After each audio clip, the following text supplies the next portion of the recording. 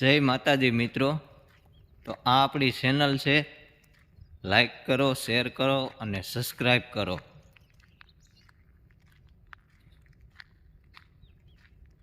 તો આપણે સવારમાં વાડીમાં ઘૂમરો મારવા નીકળી ગયા।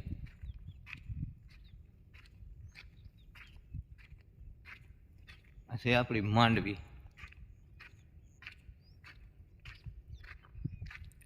આ પાછળ દેખાય ગિરનાર।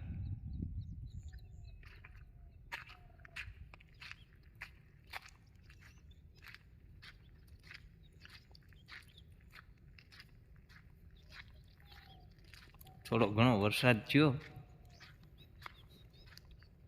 આંબા કાકાની દયાથી।